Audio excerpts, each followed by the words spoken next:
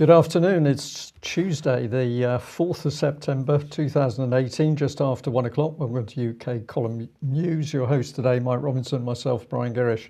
Just in time delivery. I think so, with a couple of seconds late, actually. But anyway, yesterday we obviously were talking about military unification quite a lot, and the fact that the British military were arriving at a certain place with EU flags on their shoulders, and also in another video clip there was a video of British officers saluting the EU national anthem, and as opposed to, there's no mention of the UK national anthem there. But anyway, here we are with the image of the EU flag on the arm of a paratrooper from the UK.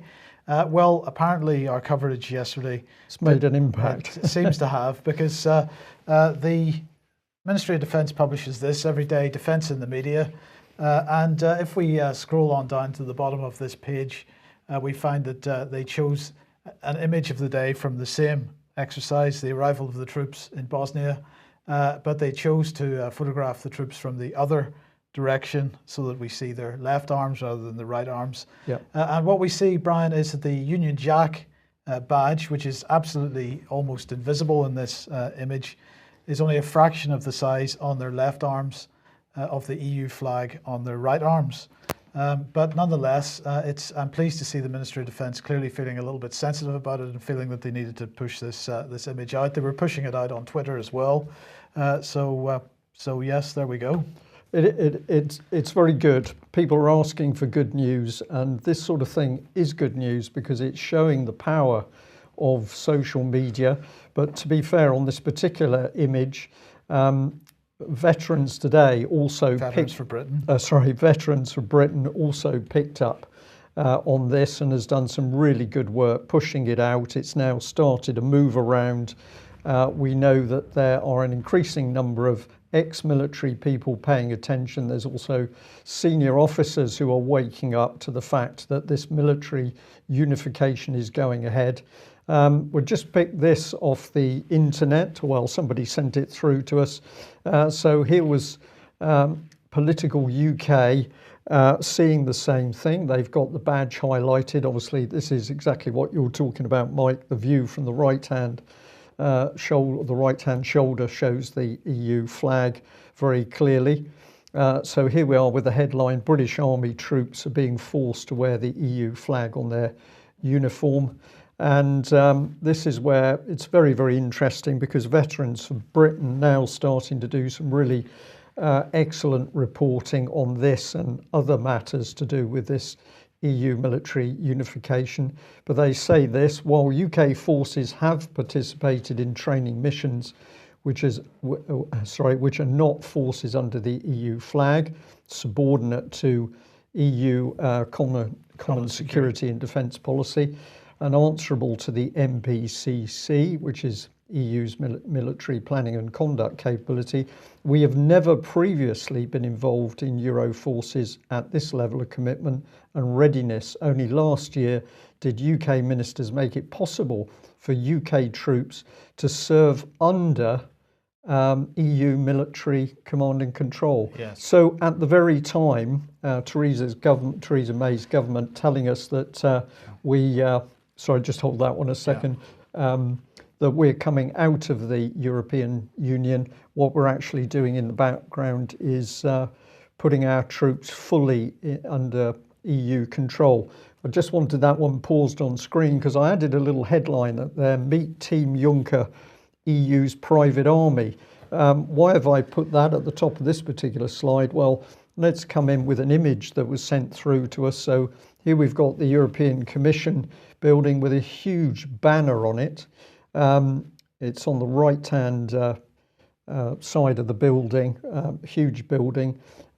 If we highlight this little bit at the top, it actually says hashtag Team Juncker EU.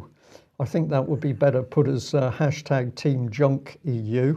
But nevertheless, we've now got Team Juncker boasting that they're now controlling large sections of the British military.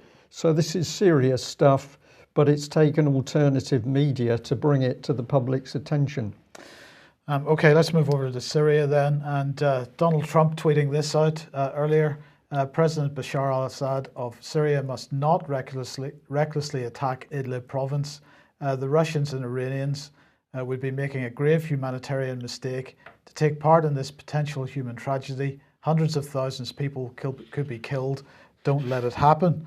Well, there we go. President Trump concerned about the lives of terrorists in northern Syria and saying that this would be a humanitarian disaster. Now, to be honest, Brian, I didn't know what was going on here. And well, you and I both noticed the BBC covering this.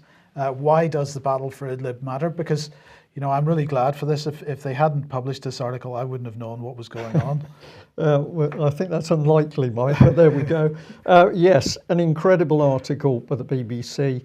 The subject is obviously Syria, but the important thing to notice as we go through this analysis is if the BBC can do this over Syria, they're doing it to every piece of news they've got. So we've labelled this BBC propaganda. Terrorists become rebels to help undermine Assad and the Russians. Now, the BBC have done this many times before, but we thought we'd take a look in depth at this particular article to see just how pernicious their fakery is of reporting the news. It's got to appalling level, really. So let's bring it in. We've taken some paragraphs out of this article, or some sentences at least. So here we've got the province. They're talking about Idlib is the last major stronghold of the rebel and jihadist groups, which have been trying to overthrow Mr. Assad for the past 7 years. So we start off with getting the word rebel. These are just rebels. They're rebelling against Mr. Assad. They're freedom fighters, nothing to worry about. If Idlib is taken by the government, it would leave the rebels with a few pockets of territory scattered across the country and effectively signal their final defeat. So in the readers' minds, the BBC is ramming home that these are freedom fighters, they're rebels, and they're going to be defeated by that nasty Mr. Assad. Well, later in the article, it's got this sub-headline, Who Controls Idlib? Where the BBC says the province is not controlled by a single group, but rather a number of rival factions commanding up to an estimated 30,000 fighters. So we've got rebels, we've got fighters. At no point is the word terrorist used. No, terrorists not mentioned at all. But then we get something interesting. The dominant force is Hayat Tahrir al-Sham, HTS, a jihadist alliance linked to Al-Qaeda. So Al-Qaeda, which of course a few years ago was the vicious terrorist force which was going to kill all of us in our beds, was a threat to every single Western country. We've now got the BBC finally admitting that it's this level of terrorists which is controlling the forces in the Idlib province. They go on to say HTS controls key locations across Idlib, including the provincial capital and the Bab el-Hawa border crossing with Turkey. It's designated as a terrorist organisation by the UN, which estimates it has 10,000 fighters in Idlib, including many foreigners. So the facts that the BBC finally manages to introduce show us very clearly that in Idlib we're dealing with terrorist control. These are vicious people who've done despicable things, despicable atrocities, but the BBC has opened its reporting by calling them effectively rebels. And then we get the real meat of this, because the article says that according to the UN, Idlib is home to some 2.9 million people, including 1 million children. More than half of the civilians in Idlib come from other previously rebel-held parts of Syria from which they either fled or were evacuated. So here's the BBC putting this vicious twist in. It's admitted that the controlling force in Idlib are vicious terrorists, but then the people have come from rebel-held parts. They haven't run to Idlib because they were trying to escape from terrorism in Syria. No. They've fled And the implication is, of course, they've fled from Assad's forces. And of course, no mention. They do say there that they were evacuated. No mention of the circumstances of that evacuation. The fact that in other so-called rebel-held areas, the terrorists were allowed to leave with their families and their weapons, and they mostly went to Idlib. No mention of that at all, Mike. No. And of course, there's no mention of who wrote this article. This is another one of the BBC's articles where if you ask them who wrote this article, you get the utterly arrogant response from the BBC. You don't need to know. It's come from the BBC, therefore you can trust what it says. So the fact is that 2.9 million Syrian people are ruled by terrorists in Idlib, but the BBC does not want to admit that because, of course, that would start to reinforce the case as to why Assad and the Russians need to remove these terrorists. Now, the other thing the BBC doesn't put together in the picture is the type of reporting they're doing. Well, obviously, they're not going to admit what they're doing here, but in the image we've got here, we're basically talking about the Russians wanting to liquidate the terrorists.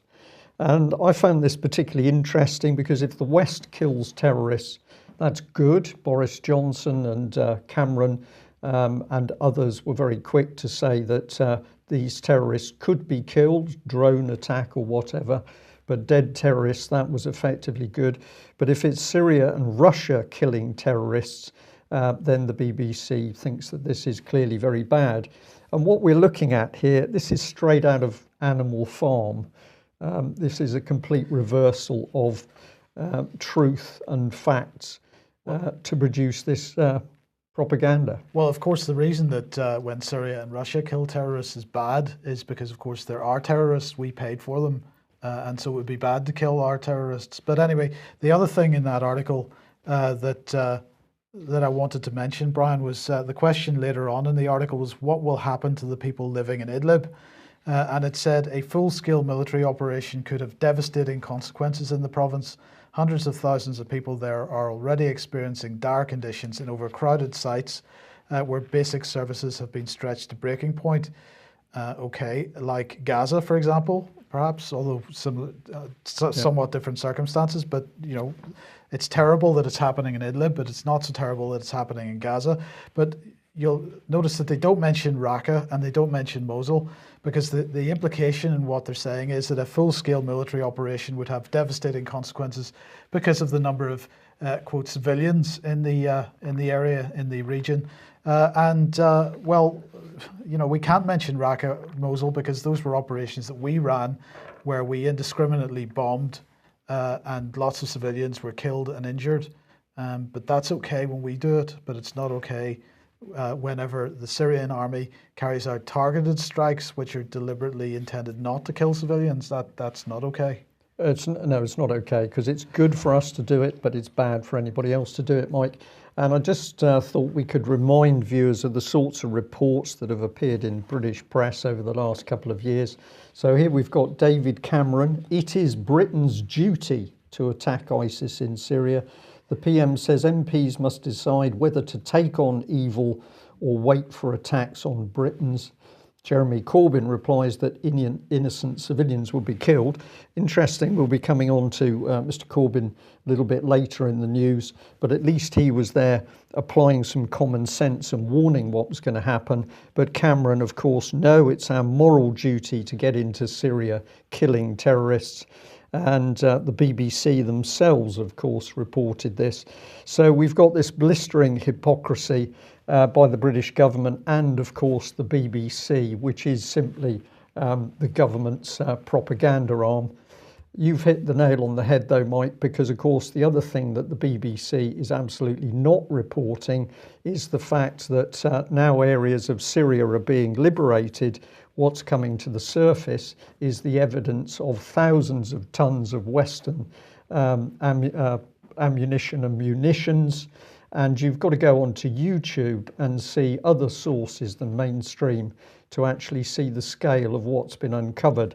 I've just taken a few stills from some of the videos. People can easily find these online. But here we've got boxes and boxes. It can be everything from mortar ammunition to rocket-propelled grenades to large-scale caliber machine gun ammunition. Everything is there, and this is all produced by the West, much of it produced, of course, in America. So it's not just from one source. We've got a lot here, and this is a debate on Press TV about these munitions and how they were supplied. And of course, we have people speaking up from America also saying that our government, i.e. the US government, is fully guilty in what's going on.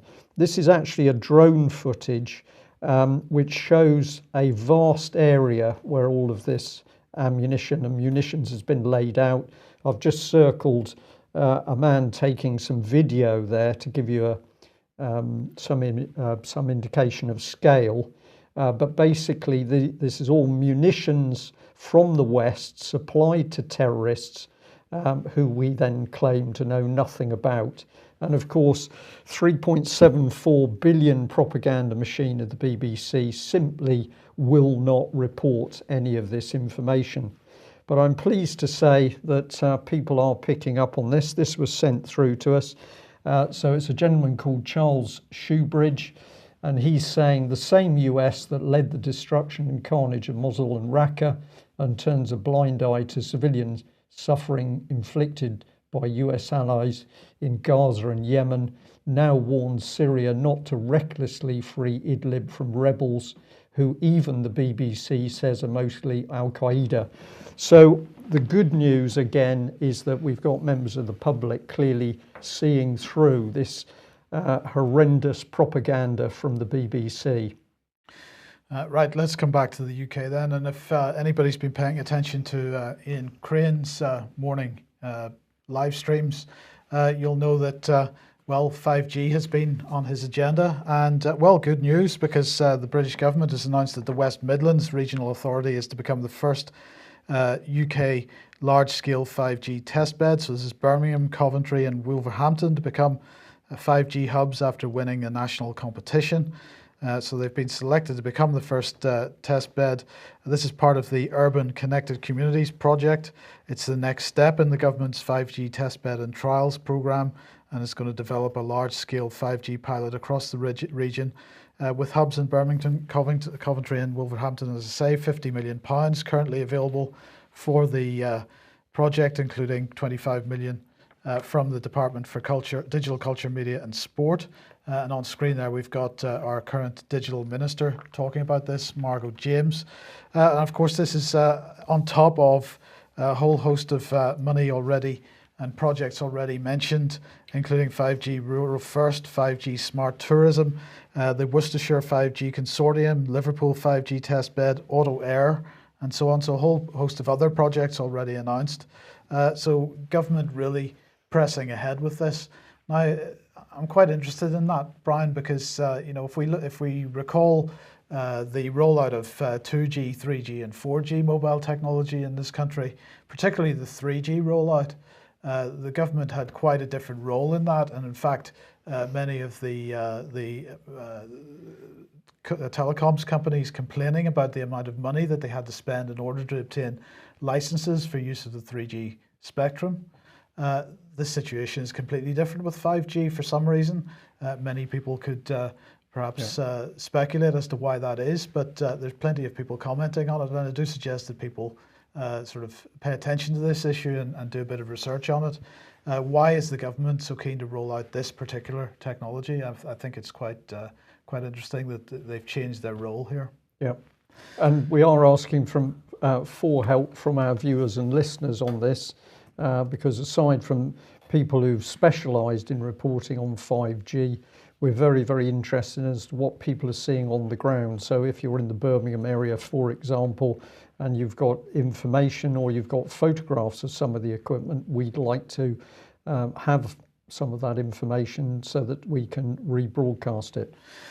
Okay, so modern slavery, we've been talking about that for quite some time. Well, you know, our illustrious Prime Minister in Africa at the moment, but so is Penny Mordaunt. And so in Nigeria, they are going to stop modern slavery. This is really impressive. So UK aid is going to protect thousands of vulnerable men, women and children in Nigeria from modern slavery and unsafe migration through innovative prevention work. They're going to tackle the root causes of dangerous migration and modern slavery. And they're going to do all kinds of amazing things to prevent this from happening in the future. They're going to help reduce vulnerabilities to trafficking and unsafe migration through targeted public information campaigns. So that's great. They're going to boost engagement with young people at schools and universities to change their aspirations. They're going to commission innovative research in what works to prevent dangerous migration attempts. And they're going to support NGOs who use former modern slavery victims to counter false myths that tempt people towards the traffickers. So this is fantastic stuff. They're investing £6 million in the Stamping Out Slavery in Nigeria programme, which is going to take that to £10 million in total. Of course, the total budget that they've got for anti-slavery activities is £150 million, and so on. So what did Penny Mordaunt have to say? She said, it is a necessity that we step up and stamp out modern slavery for good. I'm appalled that this shameful stain on our global conscience still exists in the 21st century. Of course you are, Penny, because there's no money at all in this. We've highlighted this many, many times. £130 billion is the profit that's made every year from human trafficking and modern slavery. And we can see there the types of activities that people are forced into: 54% into sexual exploitation, 38% into forced labour, 8% into others. Now, what's interesting here is, as I said, the overall budget for the government to deal with this is £150 million. And you need to set that against the £130 billion in profit that's made from this. But the other government statistic that I thought was interesting is that modern day slavery costs the UK £4.3 billion a year. So that's money that's spent in terms of policing, but it's also money that's spent in terms of victim care and rehabilitation. So that's money that's being given to charities and NGOs to look after the victims, the few victims that end up back in the care system, in some sort of care system. So this is all pretty shocking. Now, of course, what is one of the main countries that one of the countries that forms a main trafficking route for victims of modern slavery and human trafficking? Well, of course, it's Libya. So here we have the BBC reporting hundreds escape Libyan prison amid deadly clashes in Tripoli. And I just wanted to highlight a comment that Neil Clark made on this morning, that Libya had the highest human development index in the whole of Africa and was hailed by the Daily Telegraph as one of the top cruise ship destinations in the world in 2010, the year before NATO's liberal intervention. Now look at it, and he's highlighting this BBC article. Libya has become one of the main routes for trafficking human beings. Well, we don't seem to worry too much about that because we created that problem. We're spending a pittance on solving the problem. We're continuing to not allow countries to develop economically, which would prevent this from happening in the first place. And we're driving the people out of their countries in sub-Saharan Africa through terrorism and other activities that, well, we seem to be supporting. So I'm not quite clear what Penny Mordaunt's on, but this is not going to make any difference whatsoever other than continue to develop the market, perhaps. I would say so, and of course to give some people at least the impression that something good is happening whilst they carry on causing the problem in the first place. Well, we'll return to the BBC because of course the BBC's been very quick to pick up on the anti-Semitism bandwagon at the moment, and BBC piling in the articles on problems within Labour, particularly pointing a finger at Jeremy Corbyn, and saying, essentially that we've now got this incredible problem with anti-Semitism in UK.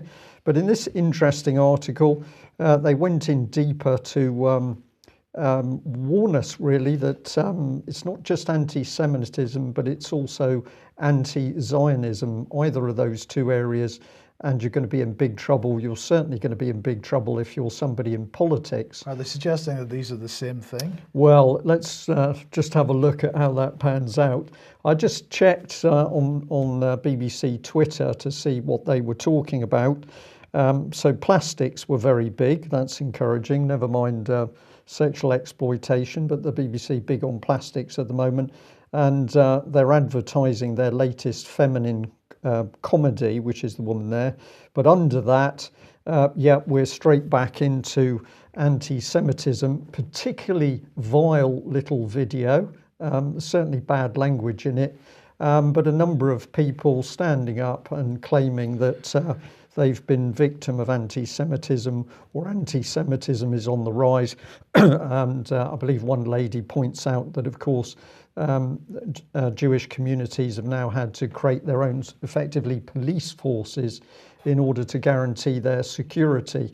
I haven't seen any discussion as to whether this is actually legal, really, but it's interesting to think that we've more or less got private police forces operating at the moment. I wonder what would happen if Islamic communities were to provide their own police forces. There would be somewhat of a larger outcry on that. I think there would be an outcry.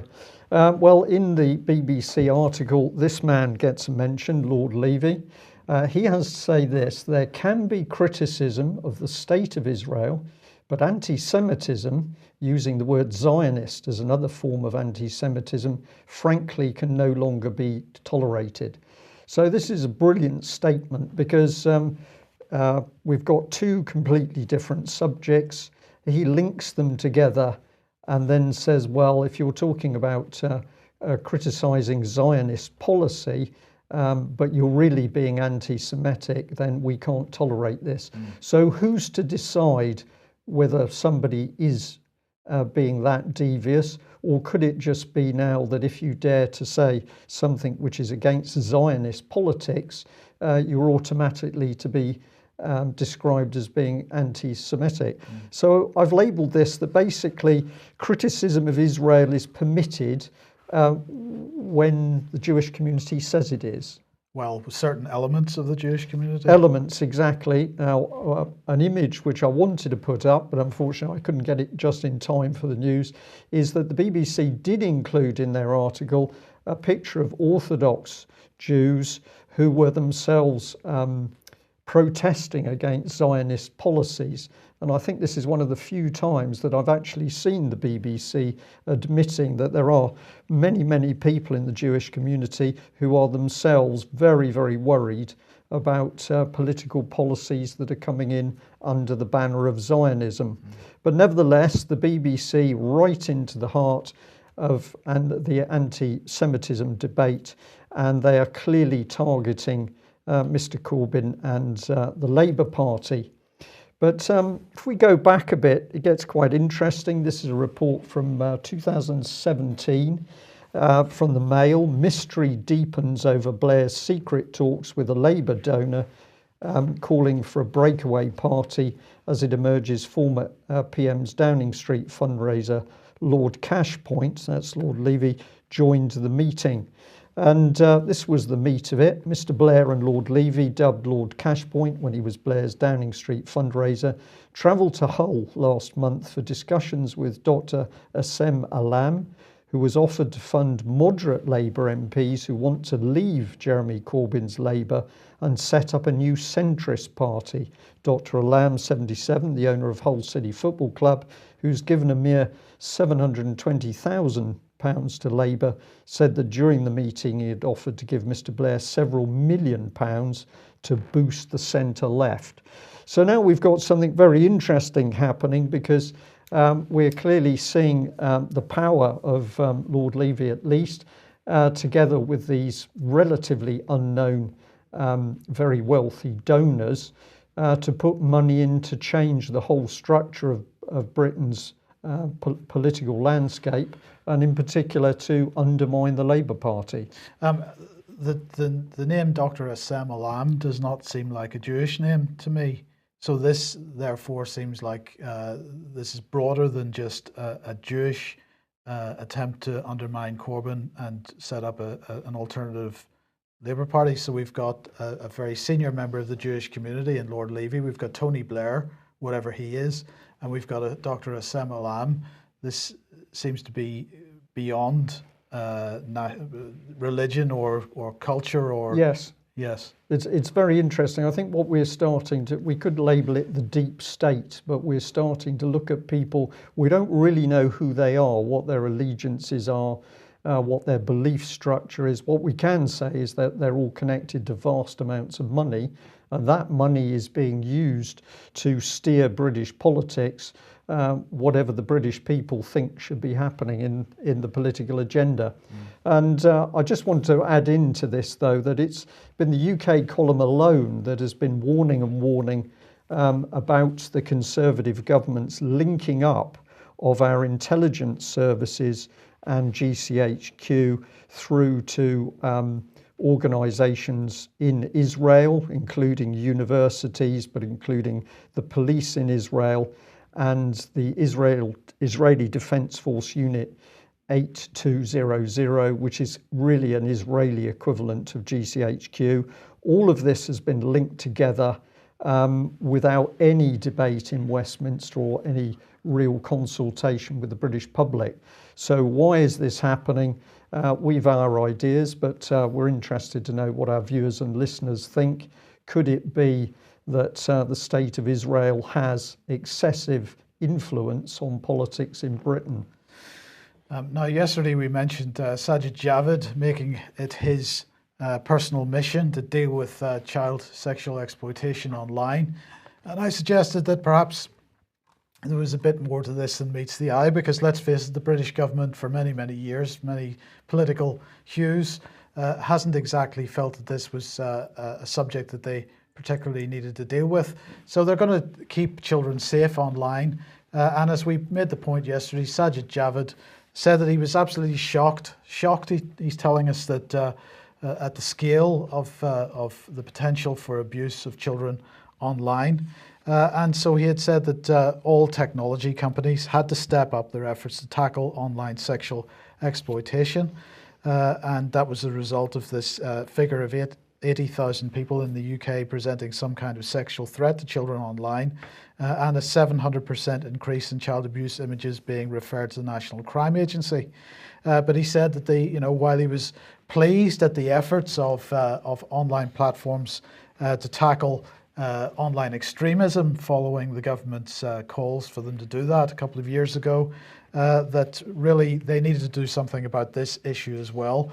Well, as I say, this seemed very fishy to me, because the government has done absolutely nothing in this area in the past. But we don't need to worry, because not only at the same time Sajid Javid was making this statement and saying that the social media companies and the big online companies needed to do something about this. Well, Google just had a press release ready to go. Just a pure coincidence, Brian. It wasn't staged in any way, shape or form. They just had this ready to go, this announcement, which took place about the same time Sajid Javid was making his. And they're saying that that they are going to use AI to help organizations detect and report child sexual abuse material online. So this is a new free tool that they're offering to service providers, NGOs, and other technology companies, which is going to be able to review content at scale using deep neural networks for image processing. They can now assist reviewers sorting through the many images by prioritizing those that are most likely to contain child sexual abuse material, so that they can review those. So that's good. So Javid had said that he wanted technology companies to stop child grooming taking place on their platforms. He said he wanted them to work with government and law enforcement to shut down live streaming child abuse. He wanted companies to be much more forward-leaning to help law enforcement agencies to deal with these types of crimes. And he said that he wanted them to show a greater level of openness and transparency and a willingness to share best practice and technology between companies. So, if you were taking this problem seriously, those suggestions are probably quite useful, but I maintain a healthy skepticism. But now the other item that he mentioned on his list was this, that he expected technology companies to block child sexual abuse material as soon as companies detect it being uploaded. And this one stuck out for me because, of course, this is identical to the EU's copyright directive, Article 11 of that, which failed to pass in July, which was all about the ability for technology companies to scan content as it's being uploaded to their platforms and automatically censor content that they didn't feel was appropriate. Now, of course, I'm by no means suggesting that child sexual abuse material is appropriate to upload, but of course, this is about implementing or finding an excuse to implement certain types of technologies. As I just reiterate the point that at no point in the last 30 years has the British government done anything to deal with this issue, and suddenly now we're dealing with it by implementing policies and implementing technologies which aren't really going to make a huge amount of difference to the people that are perpetrating these crimes, but are going to make a huge amount of difference to us, because what this means is that all material being uploaded to these platforms is being scanned under the cover of being scanned for the purposes of identifying this material. But what else was going on today? Well, Cressida Dick, the police commissioner for the Metropolitan Police, said that vital evidence in criminal investigations held by tech and social media firms should be made available to the police in minutes. So, in other words, what we're building here this is a pretty cynical effort, I think, by Sajid Javid to build the police state using child sexual abuse as the excuse, a way of as the levering in cover. the censorship. Absolutely. Yeah. And I'll just say once again, the British government has done nothing on this issue. And, you know, I have to say I'm staggered that the various police authorities are able to offer any statistics on this. Suddenly we've got this big statistic of 80,000 people and a 700% increase. Because one thing that we have been flagging up over the last number of years is how statistics with respect to child abuse and children in care and so on, these statistics are impossible to find because they're not held. So how they magic these up for this purpose is another question that I'd like an answer to. A very interesting one. If we might pop the lovely Cressida Dick back on screen there, Mike. I read this. It makes me wince. Vital evidence in criminal investigations held by tech and social media firms should be made available in minutes. For what? Because Miss Dick, when one of your own policemen, John Wedger, came forward with his evidence that the abuse of children dying was being covered up by the Met Police, by MPs, by local authorities and charities, your force did absolutely nothing with that evidence. In fact, they attacked John Wedger and bullied him, threatened him, put him on half pay, stopped his pay. So this was all on the watch of Cressida Dick, and yet she's now standing up to threaten internet companies that you better produce this information. Presumably she wants the information to help close it down, as was done with John Wedger. I better stop at that point because I could say a lot more. One thing I will say is that it's becoming clear that something is getting very sticky within the so-called child abuse investigation currently underway. We know that there's been some discussions between the investigation, ICSA and Westminster. It appears that people in very senior positions are getting very, very squeamish because more and more evidence keeps coming forward to that inquiry that senior members of the political establishment have been involved in the abuse of children. And I think Westminster at the moment knows that there is a storm coming. It doesn't quite know how to deal with it. Perhaps some of our viewers and listeners will also have noticed that the trial case for the child abuse whistleblower under the name Nick has all gone quiet. Now, Nick was going to be prosecuted for and with that, it's gone straight out of my head. He was accused of basically making public part of investigations perjury, and that has now suddenly gone quiet. Why is this? Well, we don't know for certain, but we believe it's because more evidence is coming to the surface, possibly suggesting that what he had to say was correct. We know there's trouble inside the child abuse inquiry, and thank you very much to the person who pointed us at this today. Now, this is part of the BBC Reality Check website. The headline is, "What do you want BBC Reality Check to investigate?" and they're telling everybody what a good job they've been doing investigating. Are England as bad as all that at penalty shootouts? Well, that's an important piece of investigation, isn't it? Are England, is that actually English, Mike? I'm not convinced it is. Not sure. Did MPs reject the idea that animals can feel pain? How will Meghan Markle become a UK citizen? So this is the scope of BBC's reality check, but they're inviting people to put into the page here what they think the BBC should be investigating. And we'd like to say to our audience, would you like to get onto that page, and hopefully with significant numbers of people being to encourage the BBC reality check to be investigating what's happening to Melanie Shaw. I think this would be a very, very interesting exercise. Of course, there is a caveat on this page which says that the BBC has the right to choose whatever subject it wants out of those selected.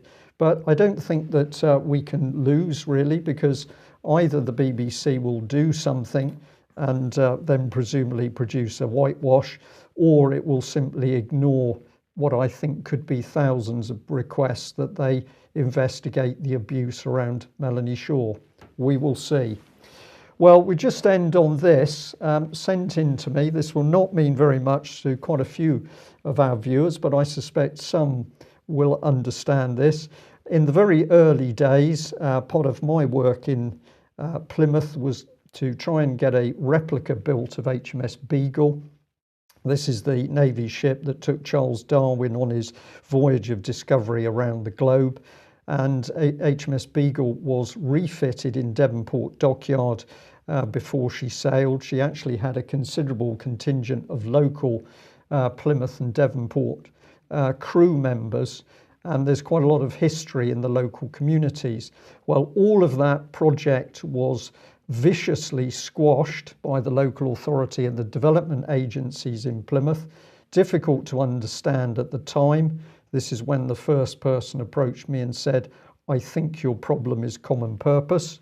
But of course, we can now look back and see that nobody wanted this project because it was about creating jobs. It was about getting young people off the streets. It was about getting proper pride back into what had been a shipbuilding community. Well, the project was crushed in Plymouth, but this page from Wikipedia here is showing that the project was actually taken up in Chile, and they have actually built the replica now. Wow. So a project which should have been pride of place in Devonport, Plymouth, crushed by the local authorities and the political agenda to close down communities. And where's that project been done? Chile. So I'm going to say well done to Chile for having the presence of mind to push the project forward. And I'm going to say to people in Plymouth, this is unfortunately what you get if we allow this vicious change agenda to be pushed through to a local authority level. We'll leave it there. Thanks very much for joining us. We'll be back same time tomorrow. Bye-bye.